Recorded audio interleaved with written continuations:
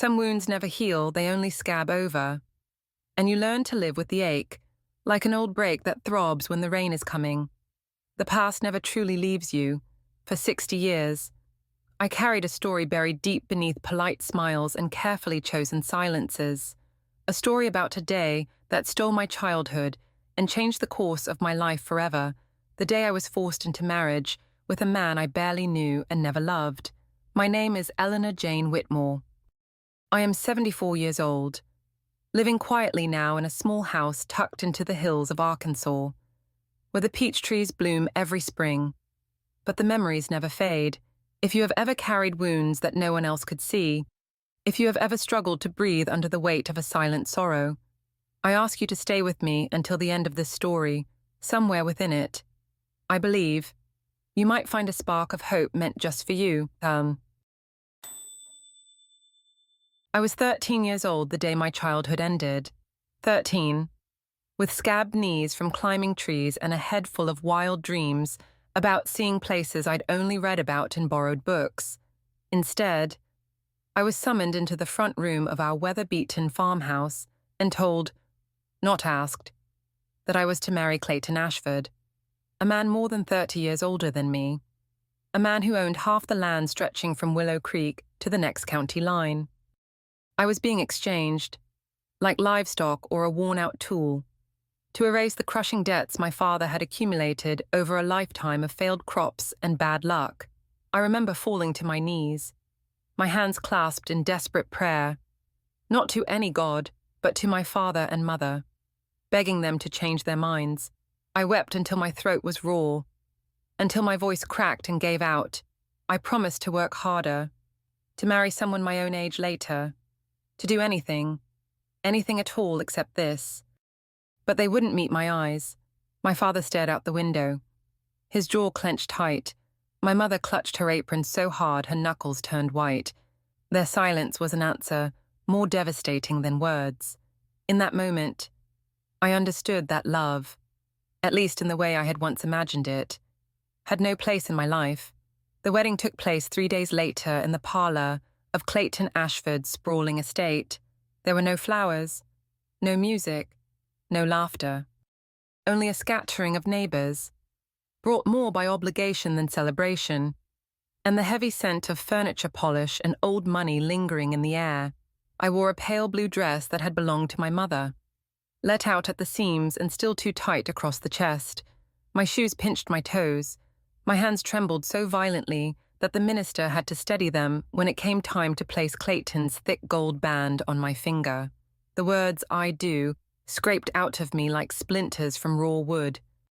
I felt nothing, or maybe I felt everything at once: terror, grief, numb disbelief, all battling inside a body that no longer felt like it belonged to me. That night, when the last guest had drifted home and the dishes had been cleared away, Clayton led me up a grand staircase into a bedroom too large, too cold, too foreign. I can still remember the heavy velvet drapes, the sharp smell of cigar smoke clinging to the bedding, the way the windows seemed bolted shut against the summer night's heat. He sat on the edge of the massive bed, unbuttoning his shirt with the slow deliberation of a man unwrapping a gift he believed he had rightfully purchased. I stood frozen by the door, too frightened even to cry.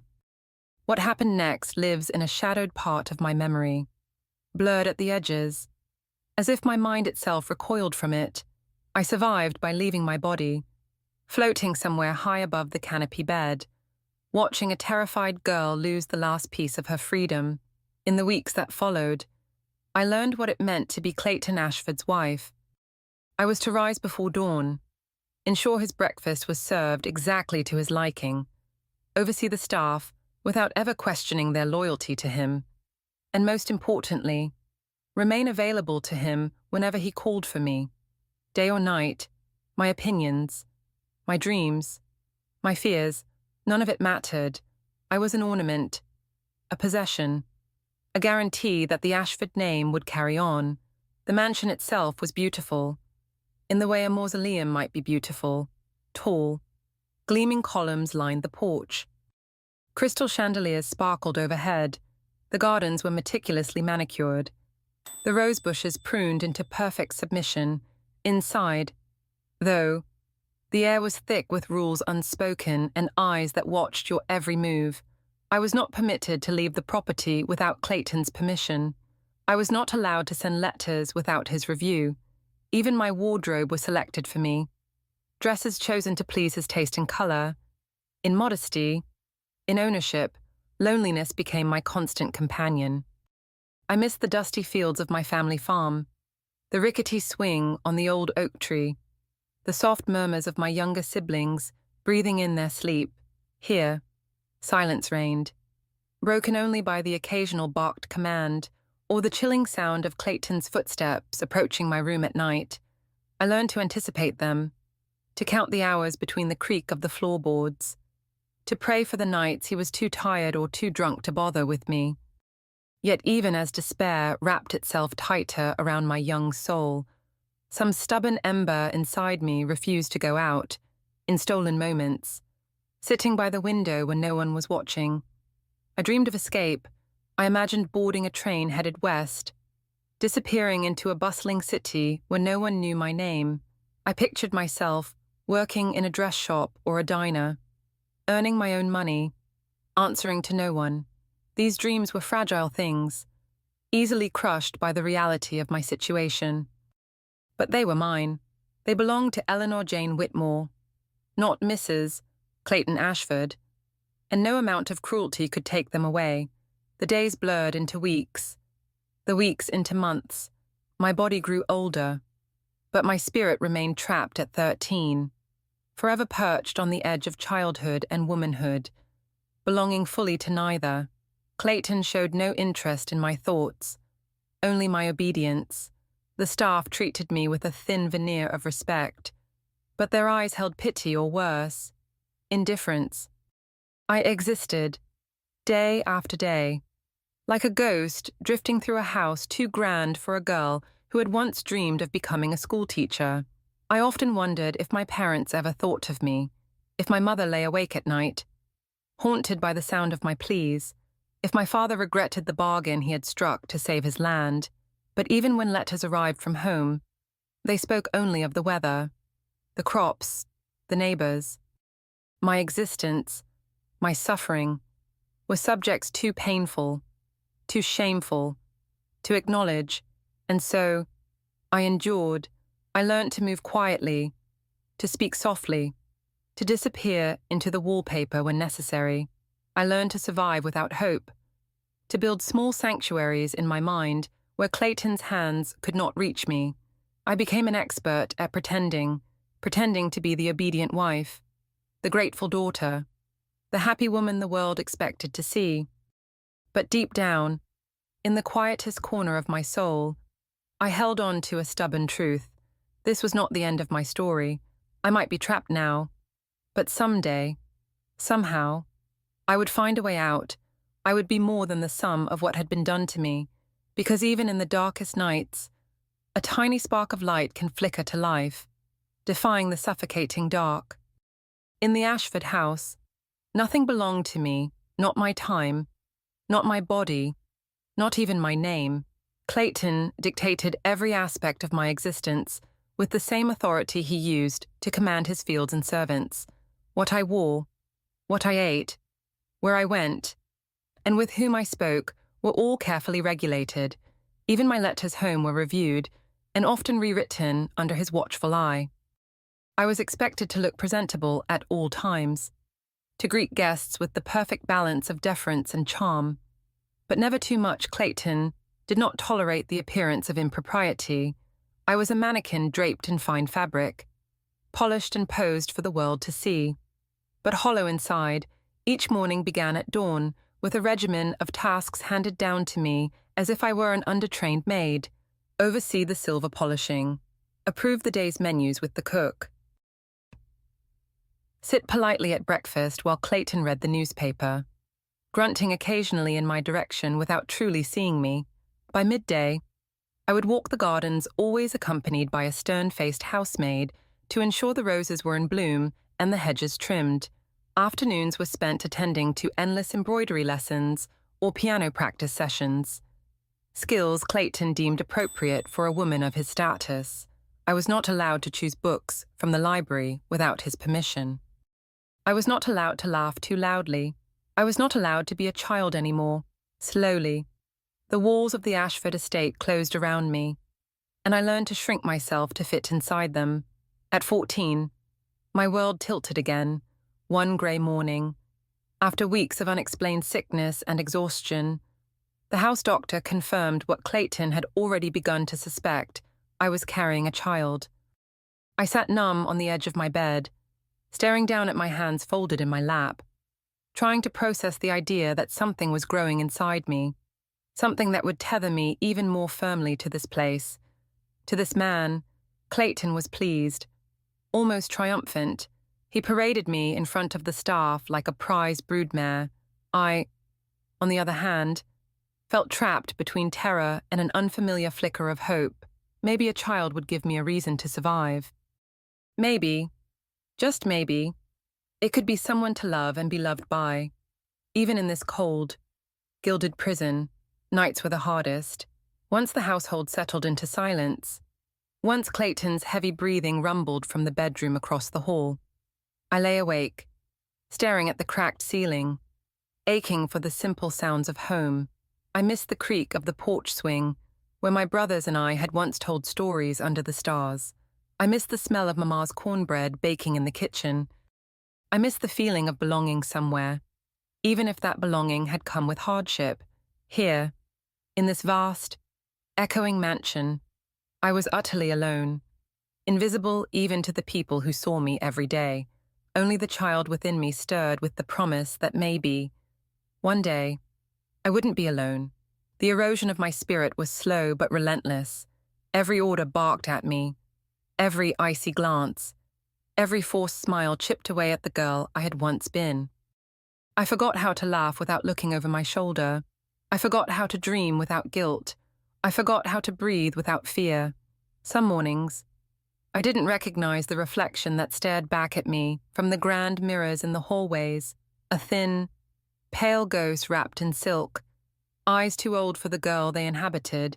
I began to wonder if Eleanor Jane Whitmore had died the day she became Mrs. Clayton Ashford, leaving behind only a hollow shell. Then, one rainy afternoon, something changed. As I sat in the solarium pretending to read a book approved by Clayton, the butler entered, carrying a package wrapped in brown paper. "Mrs.," he said stiffly, "a boy came to the gate asking to deliver this to you. Said his name was Samuel." My heart nearly stopped. Samuel, my younger brother, the one who used to race me down the creek beds, who could always make me laugh even on the hardest days. With trembling hands, I tore open the package and found a simple note scribbled in his messy handwriting. "We miss you. We're thinking of you. Don't give up." I pressed the note to my chest, tears streaming down my face for the first time in months. Samuel had found me. Samuel remembered me. I wasn't completely forgotten, not erased as thoroughly as Clayton wished me to be. That crumpled scrap of paper became my talisman, hidden inside the lining of my jewelry box where no prying eyes could find it. It reminded me that beyond these walls, beyond this prison, there was still a family that loved me. However imperfectly, there was still a life waiting to be reclaimed. For the first time since my wedding day, I allowed myself to imagine escape not as a fantasy, but as a plan. I began to pay closer attention to the schedules of the servants, to the days when Clayton traveled to town on business, to the layout of the grounds and the surrounding woods. I traced invisible maps in my mind late at night, studying the creaks of the floorboards and the softest paths through the garden. The risks were staggering. If caught, Clayton would surely punish me in ways I could scarcely comprehend. If I failed, I might never see the sun without supervision again. But if I succeeded, if I found a way out, I could give my child a different life, one where they could choose who they loved, who they became. The thought of that freedom, fragile and far off as it seemed, gave me the strength to endure another day, another week, another month. I smiled when I had to, obeyed when it was demanded. But inside, I was quietly building a rebellion, brick by invisible brick. And I knew, with a certainty as fierce as the coming winter, that one day soon, I would risk everything for the chance to be free. Freedom was a word that tasted both sweet and dangerous on my tongue. It lingered in my dreams and haunted my waking thoughts. But freedom, I knew, would never come without risk. I could not do it alone. And that's when Ms. Lucille stepped quietly into my life like a whispered prayer. She was the eldest of the housemaids, a woman with silver threaded through her dark hair and eyes that missed nothing. I had always suspected she carried secrets in her heart. Secrets she had no intention of sharing unless absolutely necessary. One rainy afternoon, as I arranged the parlor flowers under Clayton's watchful eye, Lucille brushed past me and slipped a folded scrap of paper into my apron pocket. Later, in the safety of my room, I unfolded it with trembling fingers. It said only, "If you want out, I can help. Trust me." In the days that followed, our plans unfolded in stolen glances and whispered exchanges behind closed doors. Every step of preparation was steeped in fear so thick it wrapped around my ribs like iron bands. Lucille instructed me to pack light one set of clothes, a little money she had been hiding away, and the silver locket my mother had given me on my 12th birthday. No photographs, no letters, no items that could tie me back to this life if I were caught. She taught me to move silently through the house, to memorize which stairs creaked and which doors opened with the softest touch. She mapped out the shifts of the night guards and the blind spots in the estate's sprawling gardens. Each secret we uncovered, each piece we put into place, wove hope tighter into my bones and dread alongside it. The night of the escape arrived, dressed in a furious storm. Rain lashed against the windows, rattling the old panes in their frames. Thunder rolled low across the Arkansas hills, masking the sounds of cautious footsteps. I wrapped myself in a dark cloak Lucille had pressed into my hands and slipped out of my bedroom just past midnight. My heart pounded against my ribs with such ferocity I was certain it would give me away. Every crack of thunder was a blessing, hiding the soft click of the door, the hurried whisper of my steps across the marble floor. Down the servants' stairwell, across the back hall, into the shadowed courtyard. The plan was simple. Lucille's brother, a farmhand with a battered old truck, would be waiting at the outer gate, just beyond the willow grove, halfway across the courtyard. A flash of lightning illuminated the world in harsh, silver light and froze me in place. A figure moved at the far end of the garden. My breath caught in my throat as I shrank behind a hedge, clutching my bundle to my chest. The guard was making his rounds, lantern swinging at his side, too absorbed in muttering against the rain to notice me. I waited until he turned away, then bolted, my feet splashing through puddles, the cold soaking through my shoes, numbing my toes. Every step felt like a prayer and a betrayal, and a promise all at once. At the gate, Lucille's brother was waiting, his truck's engine idling low under the cover of the trees. He was a wiry man with kind eyes, and he said nothing as I clambered into the passenger seat. Dripping and shaking, the door slammed shut just as another boom of thunder cracked overhead. We peeled away from the estate, tires skidding on the muddy road, leaving the Ashford mansion shrinking behind us like a dying star. Only then, as the lights of the house disappeared into the rain-soaked night, did the sobs break free from my chest.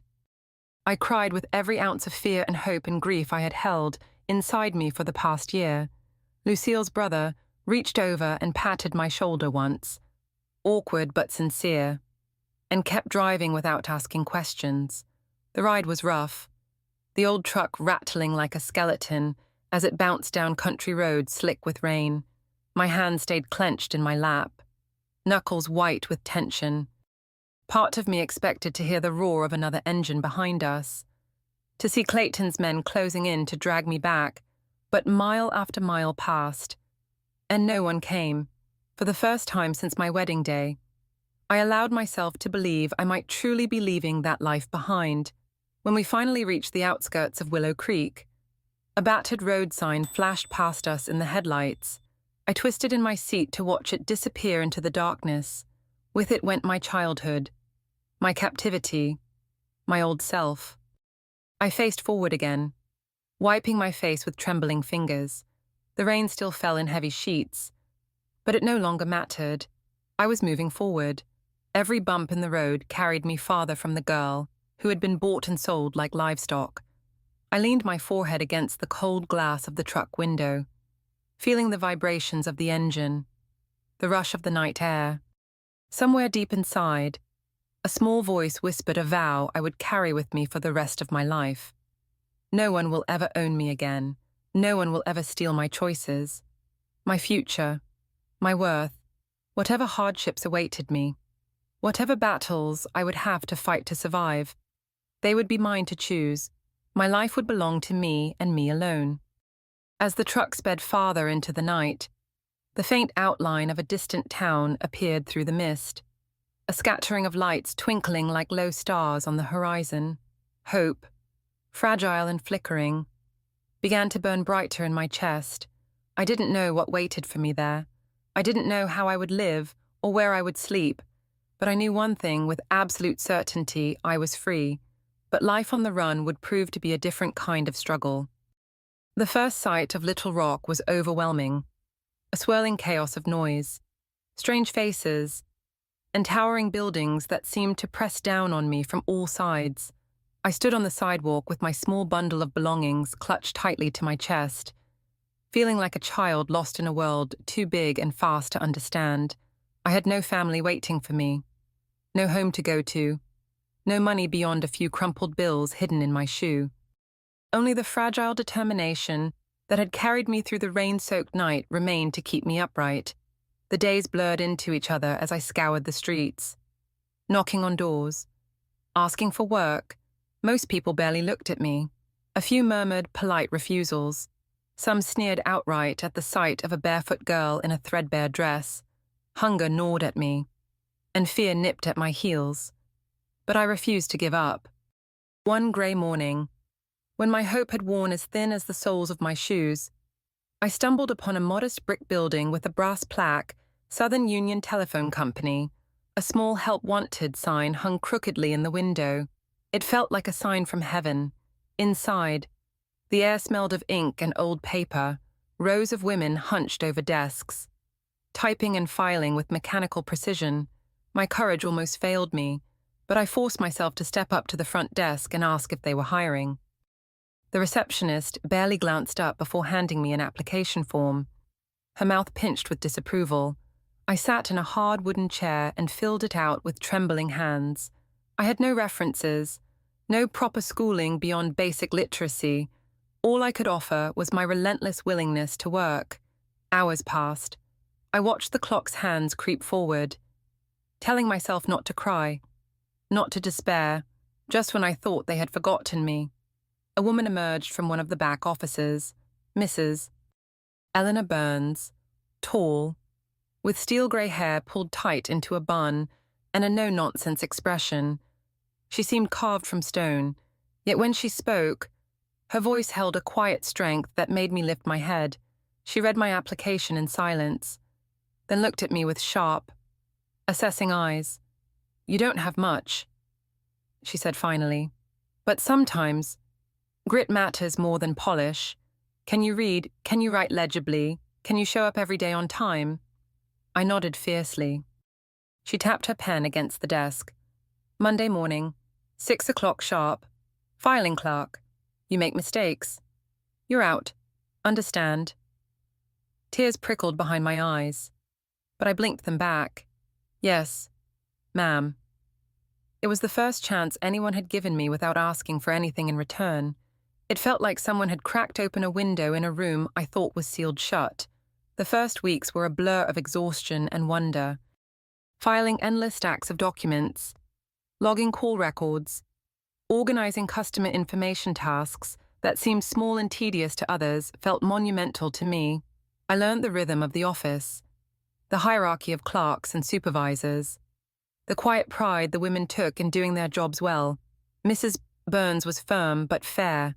She corrected my mistakes sharply. But she never humiliated me. Slowly, under her stern guidance, I found my footing. Outside of work, life remained hard.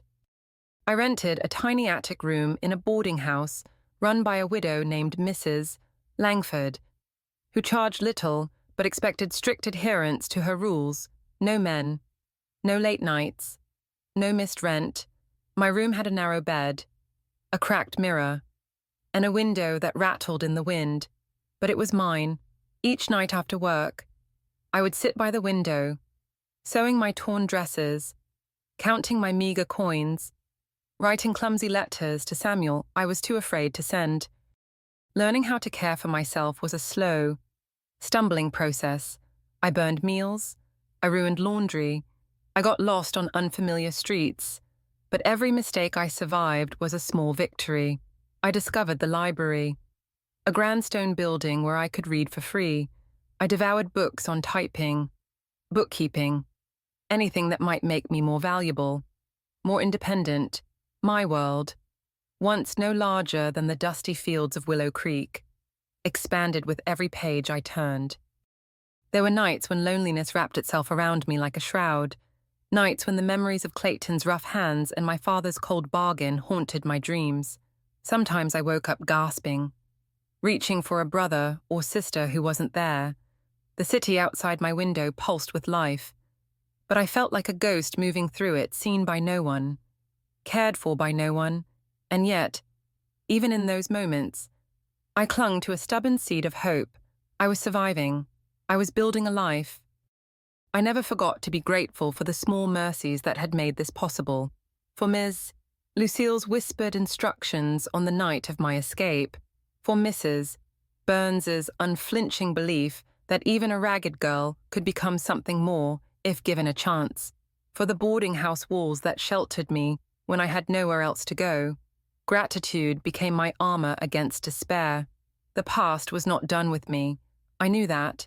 Somewhere out there, Clayton might still be searching. My father might still be regretting or resenting the daughter who had defied him. But for now, in this narrow slice of time, I was free, and freedom, once tasted, was a hunger fiercer than fear. It was a cold, damp evening when Mrs. Langford knocked on my door. Her voice, usually sharp with impatience, was strangely soft. "Letter for you, Eleanor," she said, sliding an envelope under the door. I stared at it for a long time before picking it up. The handwriting was clumsy, uneven jesses. My heart tightened painfully. I sat down on the bed, the envelope trembling between my fingers. I hadn't heard from anyone back home in over a year. Not since I ran away from Willow Creek and the Ashford estate. Breaking the seal, I unfolded the letter carefully, as if fearing the weight of what it carried might tear the paper apart. The words hit like a blow to the chest. Daddy had died, collapsed in the fields one morning, his heart giving out before the preacher could even be summoned. There had been no time for farewells, no last words. For a long time, I simply sat there, the letter resting in my lap, my hands limp and useless. Grief welled up in me raw, confused, tangled with feelings I couldn't easily name. Daddy, who had sold me like cattle to Clayton Ashford, was gone, and despite everything, a part of me mourned him, mourned the man he might have been if life had been kinder, if pride and poverty hadn't turned him into someone capable of trading his daughter's future for survival. The next paragraphs revealed another shock. After my disappearance, Clayton had moved quickly to protect his reputation.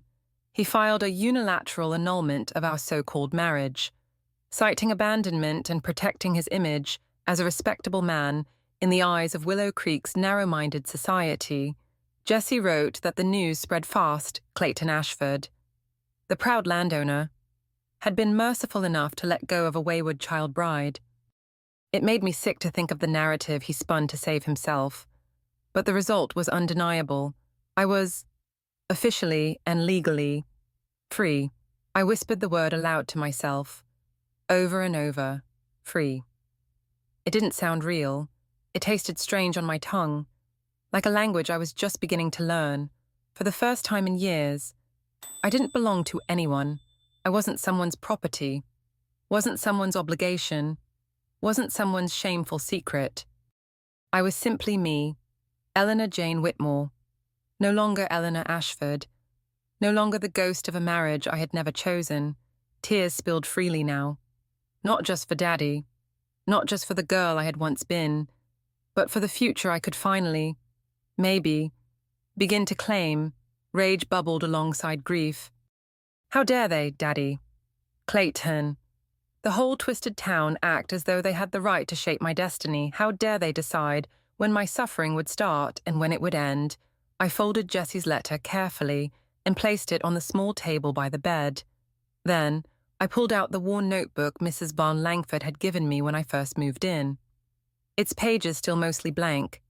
I began writing a reply to Jessie, pouring out words with a shaky but determined hand. I thanked her for telling me the truth, for trusting me enough to reach out when it would have been easier to stay silent. I asked her to hug Samuel for me, to tell him I had never forgotten the brother who had once risked everything to try and set me free. In that letter, I promised something not just to Jessie and Samuel, but to myself. I promised that the past would no longer define who I was.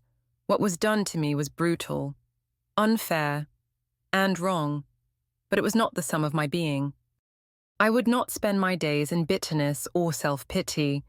I would honor the girl who once dreamed of climbing oak trees and reading by kerosene light, by living the best life I could carve out of the wreckage. Setting down the pen, I pressed my hand to the cool surface of the table, steadying myself. This, I realized, was the moment I had been working toward ever since the night I escaped under that stormy sky. The moment when I stopped running from who I had been and started running toward who I might become. The storm outside had slowed to a gentle drizzle, the world wrapped in misty grayness. I took that as a sign. Tomorrow, I would mail this letter. I would tell Jessie and Samuel that I was alive, building something new from nothing. They deserved to know that their sister hadn't vanished into the darkness they feared. I was here, and I was fighting. That night, lying awake in my narrow bed, I made a vow to myself. No more looking back in sorrow. No more letting the ghosts of Willow Creek haunt my steps. From this point forward, every choice I made would be mine. Every mistake, every triumph, every quiet victory would belong to me alone. My past had stolen enough. It would not steal my future too. I closed my eyes and, for the first time in what felt like years, allowed myself to imagine a life not marked by survival but by living. I imagined small things, learning new skills, laughing without fear, maybe even someday daring to love again. Dreams that had once seemed dangerous now glimmered like distant stars out of reach. Perhaps, but visible, as the first light of dawn filtered through the worn curtains. I slipped Jessie's letter back into its envelope, ready to send it off with all the courage I could muster. I wasn't just surviving anymore. I was beginning, and this time, no one would take it from me. When I first arrived at Mrs. Helen Brooks' boarding house, I carried little more than a battered suitcase and a heart full of bruises. The small, two-story home on the edge of Little Rock wasn't grand, but it had a whitewashed porch with hanging plants and windows that gleamed in the afternoon sun. To me, it looked like the gateway to another life. Mrs. Brooks opened the door herself. She was a sturdy woman in her early 60s, with short salt and pepper hair and a gaze as sharp as a hawk's. She didn't waste time with pleasantries. After one long look at my trembling frame, she simply said, "You look like you could use a fresh start. Come in."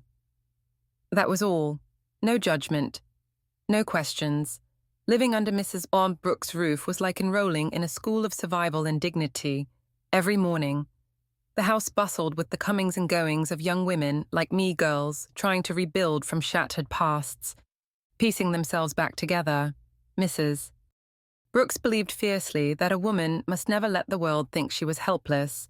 She taught us how to walk with our heads high, to balance a checkbook, to sew a torn hem, to speak clearly and look people in the eye. Respect yourself first, she often said, or nobody else will.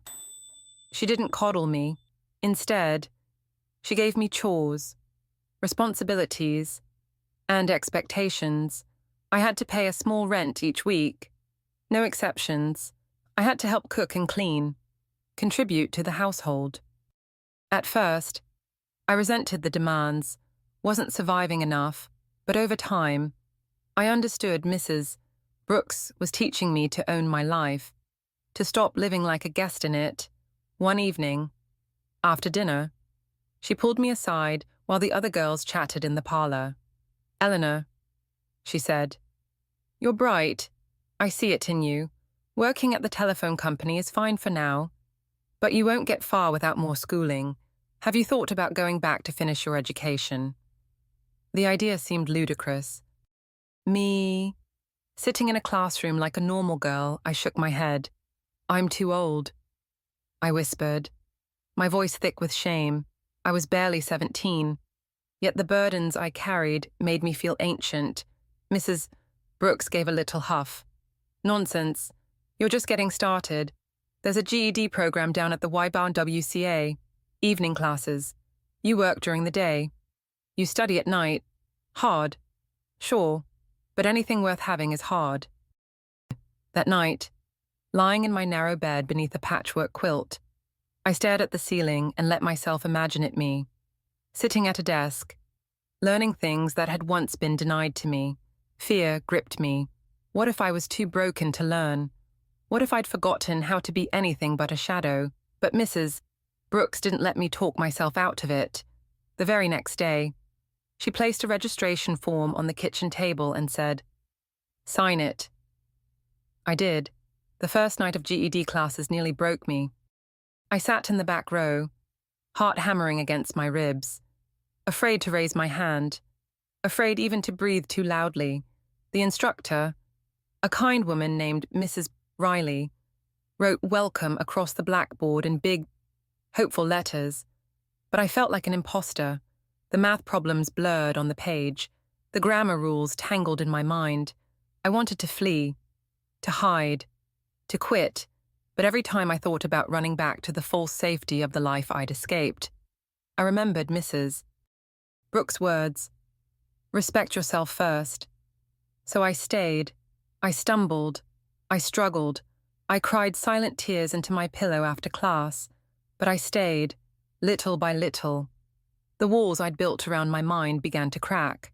I learned to break problems into smaller parts, to ask questions when I didn't understand, to forgive myself for mistakes. Mrs. Riley noticed my effort and often gave a quiet nod of encouragement that meant more than gold to me. At the boarding house, Mrs. Brooks celebrated every small victory as if I'd won a prize. "You passed your math quiz," she'd beam. "Knew you would. You're tougher than you think." She never allowed self-pity, only perseverance. Working during the day and studying at night was grueling. There were mornings I could barely drag myself out of bed, my body aching from exhaustion, but with every assignment completed, with every small success, my confidence grew. I began to see myself differently, not as the broken girl from Willow Creek, but as a young woman who could shape her own destiny. One rainy afternoon, I found a small card tucked into my coat pocket, a quote Mrs. Brooks had written in her neat handwriting. She remembered who she was, and the game changed. I carried that card with me everywhere, a silent promise tucked close to my heart. By the end of my first semester, I could feel it deep inside, something changing, strengthening. I wasn't just surviving anymore. I was fighting. I was reclaiming the future that had been stolen from me long ago. Education was no longer just about facts or certificates. It became my sword and my shield, my ladder out of the pit I'd been thrown into, my map to places I had only ever dreamed of. It was through learning, through struggling and overcoming, that I discovered a new Eleanor, not a victim, but a survivor, a warrior. In the quiet hours between work and study, as I sat under the lamplight flipping through textbooks, I realized something profound knowledge was the one thing no one could ever take from me again. No man, no circumstance, no past mistake could strip it away. Knowledge was my power. Knowledge was my freedom. And with Mrs. Brooks' unwavering belief in me, I was finally learning how to fly. Earning my GED felt like stepping through a door I once believed was locked forever. The diploma, with its crisp paper and formal lettering, was more than a certificate. It was a declaration that I was no longer the girl who had been bartered away like cattle. That same week, with Mrs.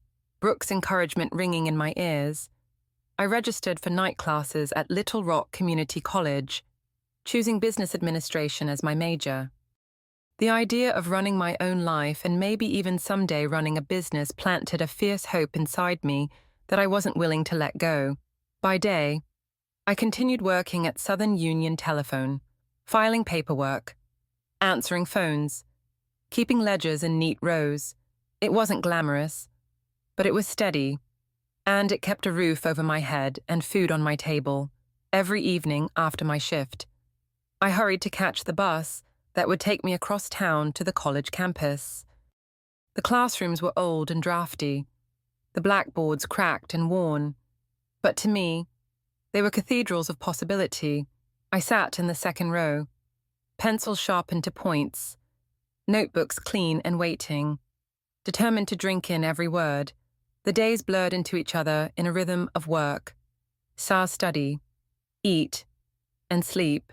Some nights, I came home so exhausted I barely managed to kick off my shoes before collapsing onto my bed. The demands were relentless, and more than once I thought about giving up, especially when bills piled up or when grades didn't come as easily as I hoped. But then I would remember that girl from Willow Creek, and I knew I owed it to her, to the version of me that once sat in the dark, dreaming of a different life to keep going. Every dollar I earned was carefully rationed.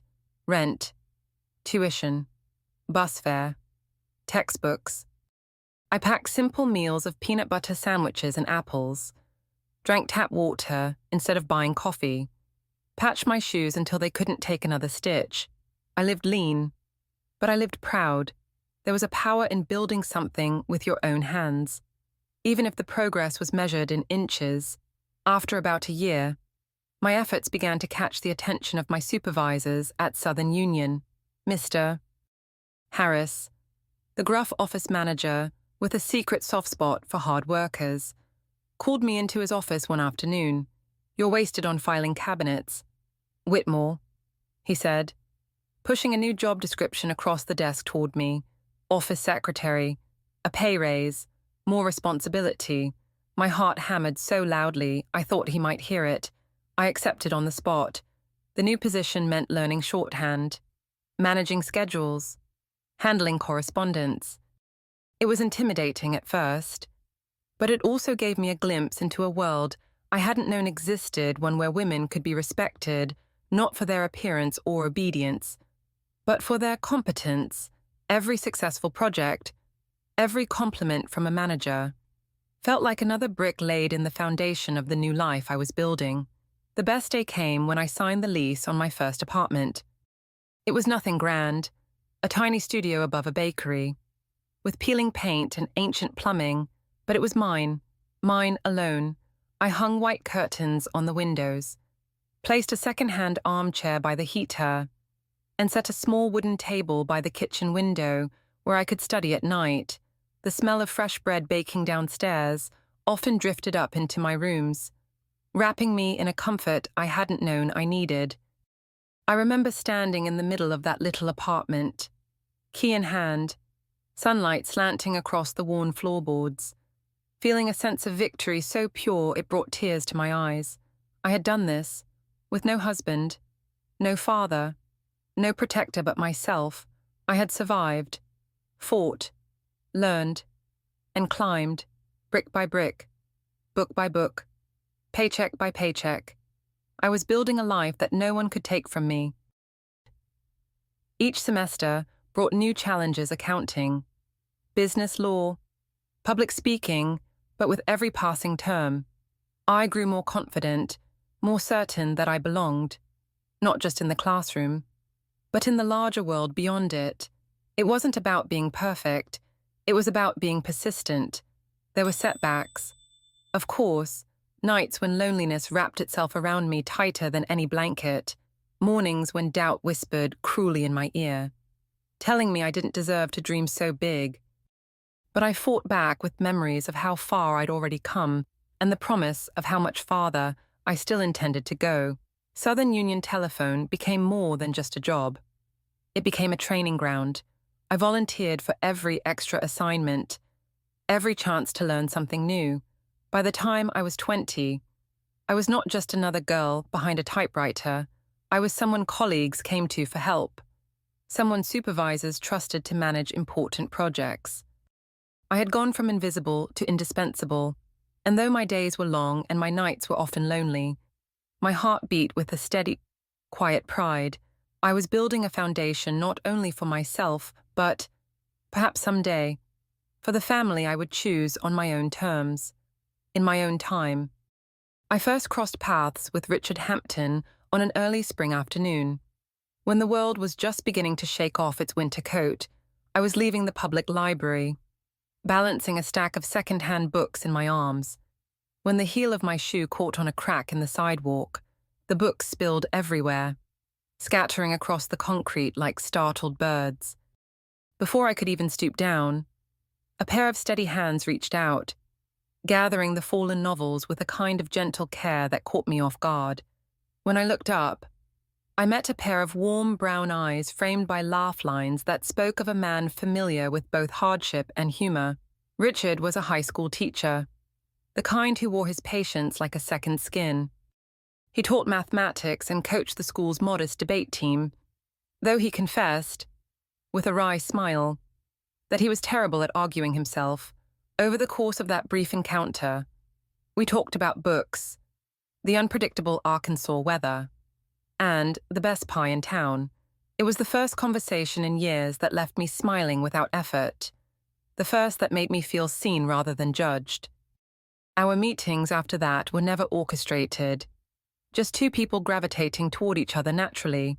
Coffee at the corner diner became a regular occurrence, then shared walks through the market on Saturdays. Richard never pressed for more than I was willing to give. His patience was a quiet, steady force, something so foreign to me that I found myself both comforted and terrified by it. In a world that had taught me love came with conditions and ownership, Richard offered something radical: freedom to choose, freedom to trust. Falling in love with him was not the dizzying, overwhelming rush I had once imagined. It was slower, deeper, the way rivers carve canyons over centuries. He made room for my silences, my sudden starts, my moments of withdrawal. He never flinched when I froze at a casual touch or grew distant without warning.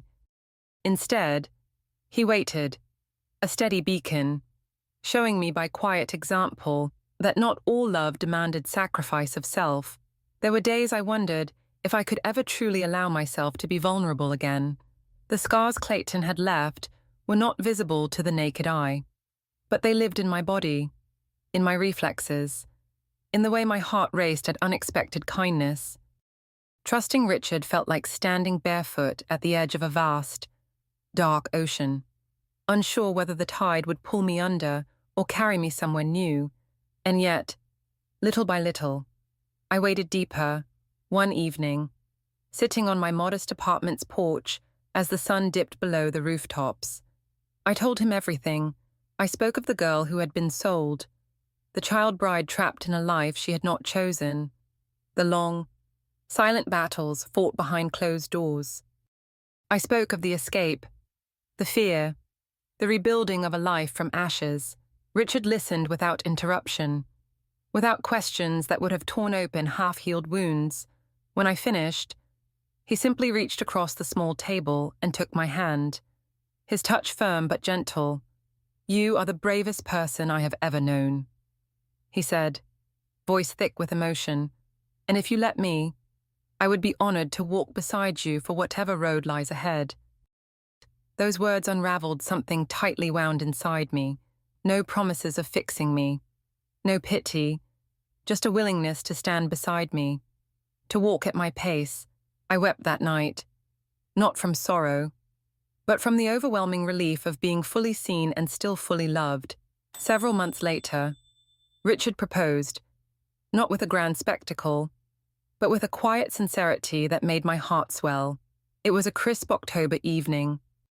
We were walking home from a church picnic, leaves crunching beneath our feet, the air sharp with the promise of coming winter. He stopped under a street lamp, the golden light softening the lines of his face, and pulled a simple gold band from his pocket. "I don't need a big wedding, or fancy vows," he said.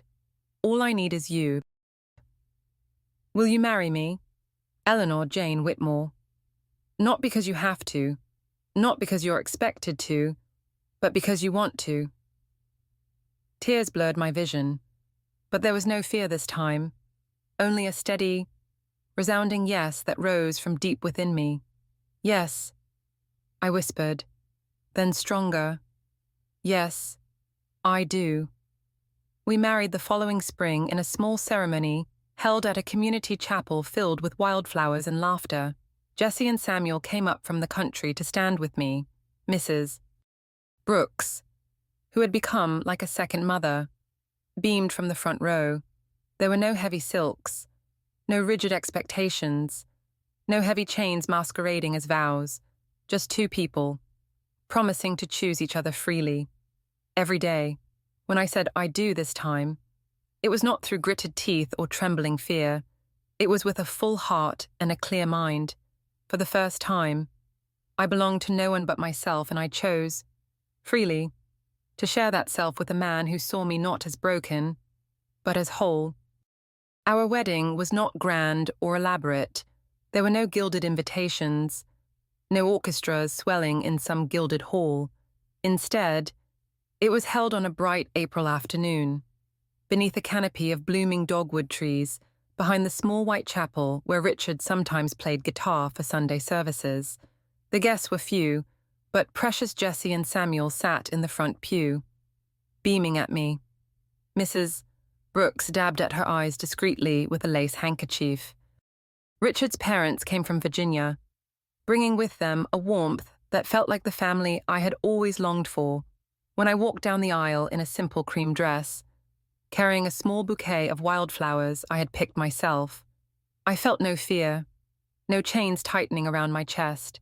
I walked because I chose to, toward a man who had never once made me feel like property, toward a life I had built with my own hands. Our vows were simple, heartfelt. I promised to love him freely, to build a life based not on expectations, but on mutual respect and understanding. And when Richard said, "I do," his voice steady and sure, it felt like the final stone laid atop the foundation of a new beginning. A year later, we welcomed our daughter, Sarah Eleanor Hampton, into the world, holding her for the first time, feeling the weight of her tiny body against my chest, was unlike anything I had ever known. She had a full head of dark hair, Richard's nose, and my stubborn chin. As she let out her first wail, strong and fierce, I wept openly, overwhelmed by a flood of emotions I hadn't expected: fear, awe, gratitude. I had spent so many years surviving, clawing my way toward freedom, that I had never allowed myself to imagine bringing new life into the world under circumstances of choice and joy. I promised her then and there, whispered into her tiny, shell-like ear, that her life would be different from mine, that she would grow up knowing she was cherished, not bartered, that she would learn to stand tall, to say no without fear, to dream without apology. Richard and I raised Sarah with intention. Every decision we made was shaped by the lessons carved into my bones. She learned early that her voice mattered, that she had the right to her own thoughts, her own choices. We taught her that her worth was not tied to obedience or appearances, but rooted in her kindness, her intelligence, her resilience. When she fell, we did not rush to scold her or coddle her, but helped her stand up again, stronger for the stumble. When she questioned authority, even ours, we listened, even when it was inconvenient, because we wanted her to know that respect was earned, not demanded. Our home was filled with laughter and music. Richard played his guitar on lazy Sunday afternoons, Sarah twirling in the living room in her favorite blue dress, the hem fraying from so much spinning. We read books aloud at night, voices weaving stories that transported us far beyond the walls of our modest home. There was a small garden in the backyard where I grew tomatoes and roses, teaching Sarah how to coax life from the soil with patience and care.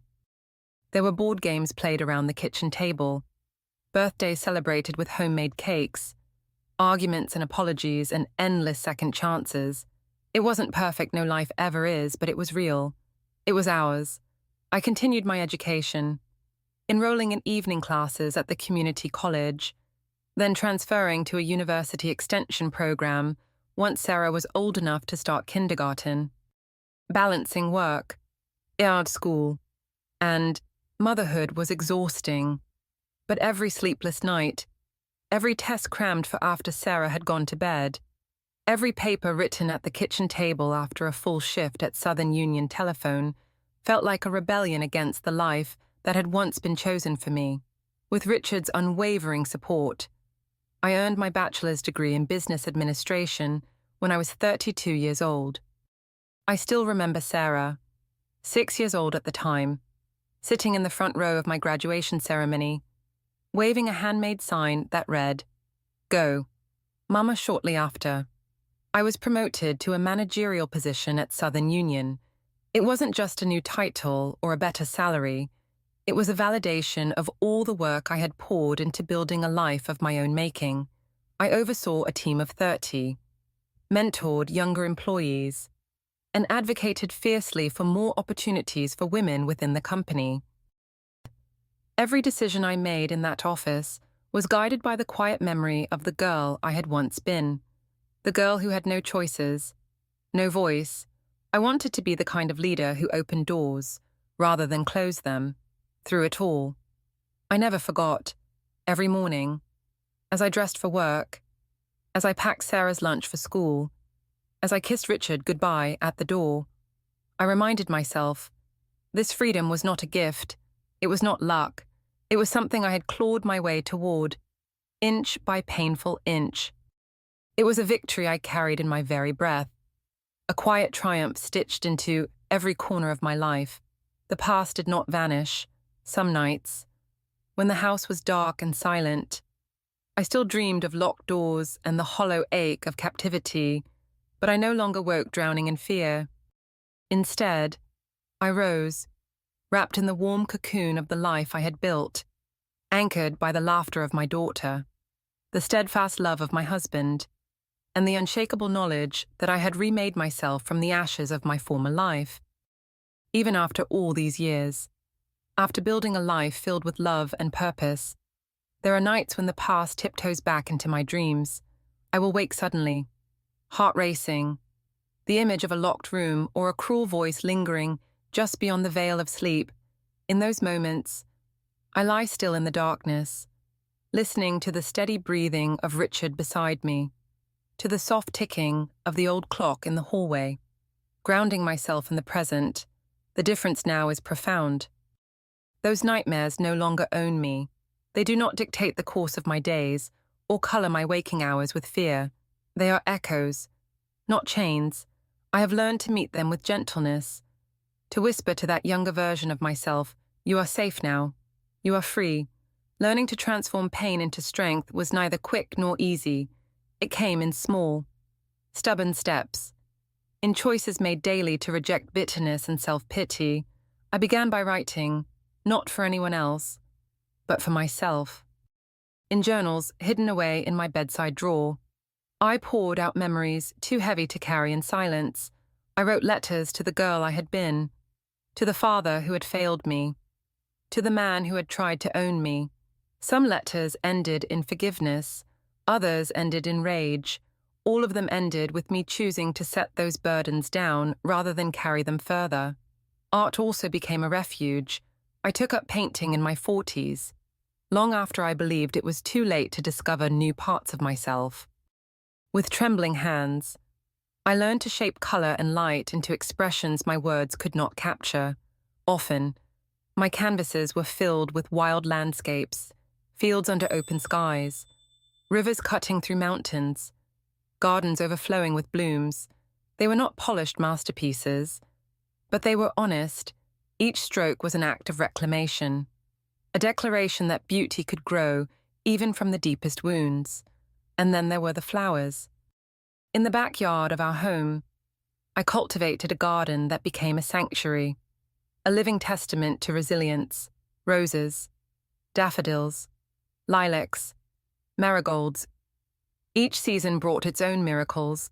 I would spend hours with my hands in the soil, feeling the earth's quiet promise of renewal.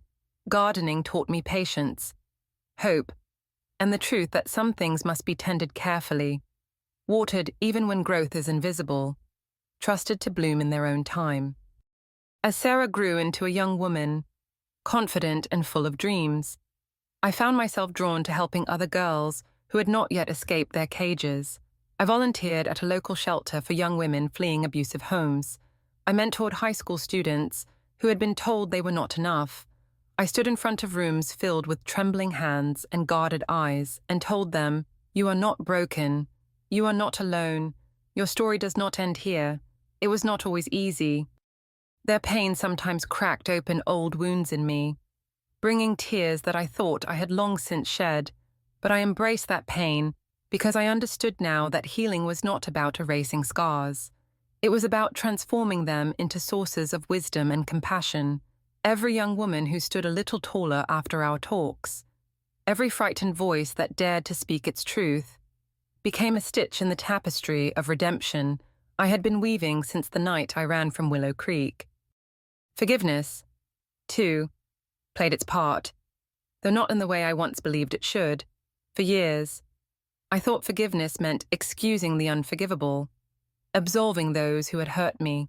But I came to understand that forgiveness is not a gift we give to our oppressors.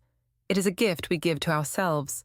Forgiving my father, forgiving Clayton Ashford, did not mean pretending their actions were acceptable. It meant refusing to let them continue to poison my present. It meant reclaiming my energy, my joy, my peace. It meant choosing to live without the burden of hatred weighing down my heart.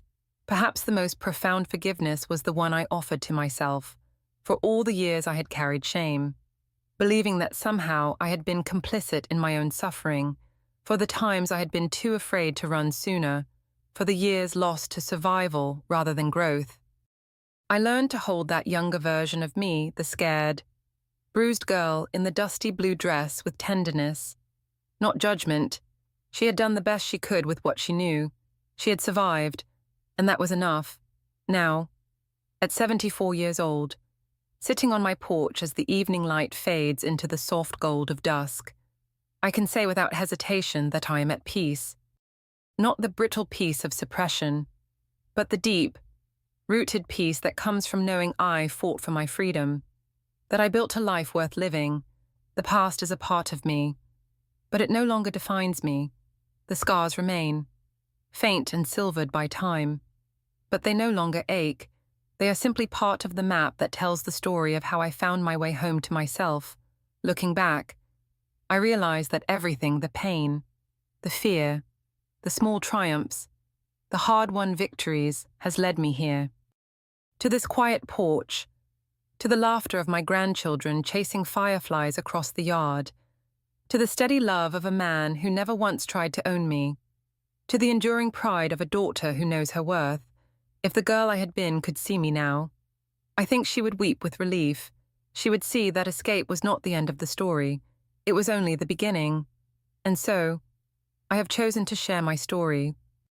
Not because it is easy to revisit the darkest corners of my memory, but because I know there are others still trapped there, others still searching for the first crack in the walls around them. If even one person finds courage, hope, or comfort in these words, then every tear shed in their writing was worth it. I never imagined that one day I would stand before a room full of strangers and bare the deepest wounds of my soul. Speaking about my past had once felt like trying to breathe underwater, impossible. Overwhelming. Dangerous. But something inside me shifted the first time I attended a community gathering focused on healing from domestic violence.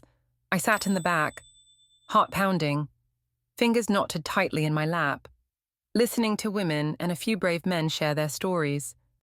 I saw the way their voices trembled but did not break, the way their truths filled the room with a kind of raw, sacred courage, and I realized that silence had been my prison for too long. When the organizers asked for volunteers to share their experiences at the next meeting, I raised my hand. It felt like lifting a mountain. That night, I went home and sat at the kitchen table with a blank piece of paper, staring into the soft glow of the overhead lamp. How do you condense a lifetime of pain and survival into words that will not shatter under their own weight?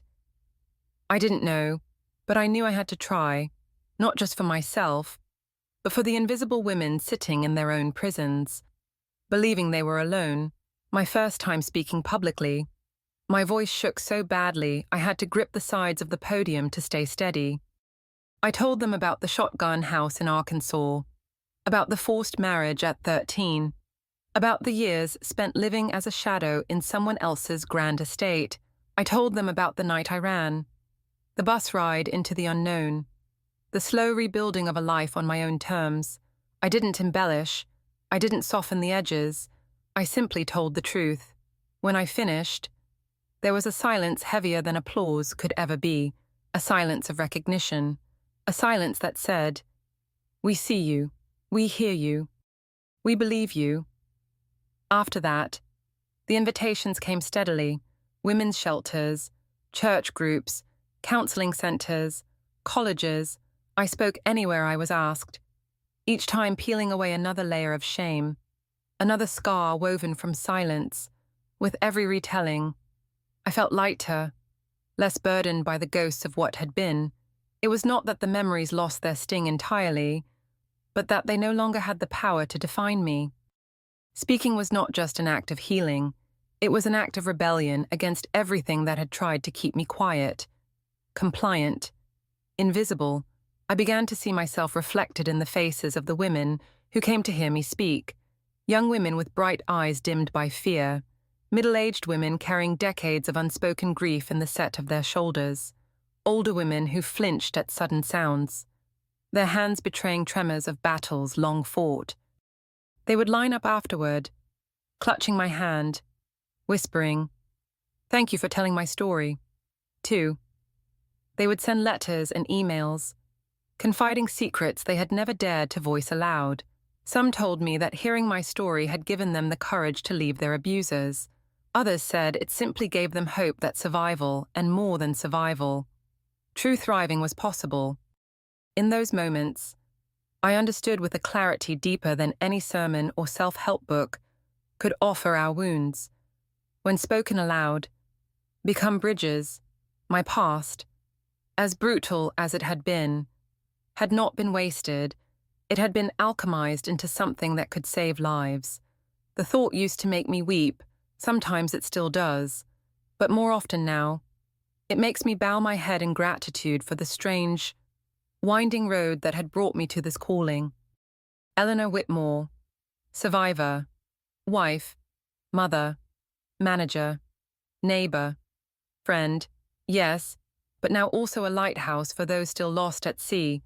I wore that title with humility and pride. It did not erase what had happened. It did not heal every old hurt. But it gave them purpose beyond my own survival. It turned suffering into seeds of hope scattered into soil I might never see bloom. And that was enough. As I continued sharing my story, I realized that storytelling itself was an act of revolution. Silence is what predators rely on. Silence is what shame feeds on. Breaking that silence, naming the unnameable, saying, "This happened to me, and it was wrong, and I am not broken because of it," was like snapping heavy chains one link at a time. It didn't just free me, it showed others how to find the key within their own hands. Sometimes, after a particularly emotional speaking engagement, I would return home exhausted in body but light in spirit. I would sit on my front porch with Richard, or sometimes alone, watching the stars emerge in the velvet sky, feeling the quiet satisfaction of work that mattered. I thought often of the young girl I had been, standing barefoot on a cracked kitchen floor, thinking her life was over before it had even begun. How proud she would be to see the woman I became. How amazed she would be to know that her story, the one she had once hidden away like a shameful secret, had become a lifeline for others. One evening, after speaking at a women's rehabilitation center, a teenage girl with a long scar along her arm approached me. She couldn't meet my eyes at first. Her voice was barely a whisper when she said, "I thought it was just me. I thought nobody would ever understand." I knelt so we were eye to eye and said, "I understand, and you are not alone." We embraced, two survivors at different stages of the same journey. That single moment was worth more than any applause, any accolades, any recognition the world could offer. The more I shared, the more I understood that my story was not unique, different faces, different circumstances, but the same ache, the same yearning for dignity, love, and freedom ran through so many lives. And every time I stood up and spoke, I wasn't just telling my story, I was giving permission to others to tell theirs. Every brave confession that followed mine was a spark against the darkness. Together, we were building a bonfire that no one could ignore. Now, as I look out at the faces gathered in folding chairs, or church pews or university halls, I no longer see a room full of broken people. I see fields of unplanted dreams, waiting for someone to tell them they are still fertile, still worthy. I see fires that stubbornly refuse to be snuffed out. I see warriors. And so, I kept speaking, I kept telling. Not because the telling got easier, some parts always hurt, but because the truth has its own kind of healing. Because my voice, once silenced by fear, now carried the stories of many, not just my own. Because dreams, once crushed, could still find a way to bloom again. At 74 years old, I often find myself sitting on the worn wooden rocker out on the front porch, letting the warm Arkansas breeze wrap around me like a familiar quilt. The afternoons stretch long and lazy, the sunlight slanting through the old oak trees that border the yard. Laughter rises from the grass below, my grandchildren chasing each other, their faces bright with the uncomplicated joy I once thought belonged only to fairy tales. I watch them through eyes softened by time, each giggle a balm, each shriek of delight a melody I never tire of hearing. Life is not perfect. It never has been. Our house, modest and a little creaky, needs repairs I sometimes put off. My body, once nimble and full of energy, now protests after an hour of gardening or bending too long over a photo album. Richard and I have weathered our share of hardships, health scares, financial worries, the inevitable losses that come with age. But even in its imperfections, life is beautiful, full of moments that stitch themselves into a quilt of quiet, persistent joy. There is no grandeur in it, no sweeping declarations, only small things, the smell of fresh bread, the warmth of a hand held tightly, the comfort of knowing, at long last, that I am safe. The scars of the past are still there. They haven't faded away as much as they've softened. Their once jagged edges worn smooth by years of living, loving, and forgiving. I carry them not with shame, but with a kind of reverence. The way an old soldier might trace the lines of a healed wound, they are proof of survival, of battles fought and won, of nights when I thought I wouldn't see another morning, but did. The pain that once seemed endless now echoes only faintly in the quiet moments, like a distant storm rumbling on the far side of memory. Sometimes, I close my eyes and think back to the girl I once was, the frightened child with a suitcase too small for her dreams. Standing alone in a bus station with nowhere to go but forward, I see her trembling hands, her wide, uncertain eyes. I want to reach back through time and tell her, every tear you cry now waters the roots of the life you are destined to grow. Every heartbreak, every betrayal, every moment of despair will one day shape you into a woman who can hold herself steady against any storm. I want to tell her that the darkness she is drowning in will not last forever. That dawn will come, as it always does. I smile when I remember the days I wanted to give up the nights, curled under thin blankets in cheap rented rooms. Too scared to hope, too tired to dream. I think about the faces of the women who pulled me back from the brink without even knowing it. The teachers, the friends, the mentors, the strangers who saw a spark in me when all I could feel was ash. Every act of kindness, every word of encouragement, every opportunity offered was a thread that helped weave a lifeline back to myself, to those still lost in their own darkness. I whisper across the distance, you, too, will find your light. It might not come all at once. It might flicker, faint and fragile at first, but it will come, no matter how broken you feel, no matter how deep the night seems. There is a dawn waiting for you that you have not yet seen. Do not give up before you reach it. You are worth saving. You are worth rebuilding. You are worth every stubborn, trembling step toward healing. I believe now, more than ever, that love, courage, and hope are forces stronger than anything that seeks to destroy us. They are the quiet architects of new lives built from shattered pieces. They are the light that flickers in cracked windows, the wildflowers that bloom in abandoned fields, the songs sung by voices once silenced. They are why we survive, and why surviving is not enough. We were meant to thrive. As I sit here, the evening creeping in, the porch light flickering to life, I press a hand to my heart and feel its steady, stubborn beat. It has weathered storms it was never meant to survive. It has known the crushing weight of fear and the soaring lift of freedom. It has broken and mended and broken again. And still it beats, still it hopes, still it believes. The little ones call to me, their voices carrying through the twilight, asking for another story, another hug, another moment stolen from the rush of time. And I rise slowly, carefully, but with a heart lighter than any I carried in my youth to join them. Because every day I live, every word I speak, every hand I hold is a testament to the girl who refused to stay silent, to the woman who dared to dream again, to the truth that healing is not just possible, it is inevitable for those who keep walking toward the light.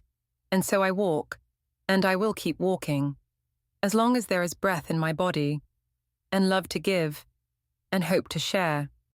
Looking back over 74 years, I see a life shaped not just by pain, but by what followed after. I am no longer the terrified 13-year-old girl who once sat frozen in a dusty kitchen, hearing her fate sealed without a voice. I am a survivor. I am a grandmother, whose porch fills with laughter every afternoon. I am a woman who has learned to love not just others, but herself, with a gentleness once thought impossible. I have built a life from the shattered pieces of the past, stitched together with threads of perseverance, kindness, and fierce hope, and though the journey was longer and harder than I ever imagined, every step, every scar, every stumble brought me to this quiet, sacred place I now call home. If there is one truth I carry with me now, it is this: pain does not define you. Your wounds, your brokenness, your worst days, they are not your whole story. What defines you is how you choose to rise after falling, how you carry yourself through the darkness. Even when your knees tremble and your voice shakes, it is in the reaching, the trying, the refusing to let go of hope. Even when hope feels like a whisper too faint to hear, survival is not simply breathing. Survival is choosing to live fully, deeply, and defiantly, despite everything that tried to silence you. And so, to you, the one listening to my story now, I say this from the deepest place of my heart. You deserve rescue. You deserve healing. You deserve to live a life not shadowed by fear, but illuminated by your own hard-won light. No matter how lost you feel, no matter how many pieces you think you have shattered into, you are not beyond repair. Your journey toward wholeness is yours to claim. One brave step at a time, you are worthy of every good thing still waiting ahead. If my story touched you, even in a small way, I invite you to leave a comment, to share your voice, your heart, like this video, share it with someone who might need it. Subscribe so you can continue walking this road of healing and hope with us. No one should have to fight their battles alone. Together, by sharing our truths, we become stronger than any silence, stronger than any pain, stronger than fear.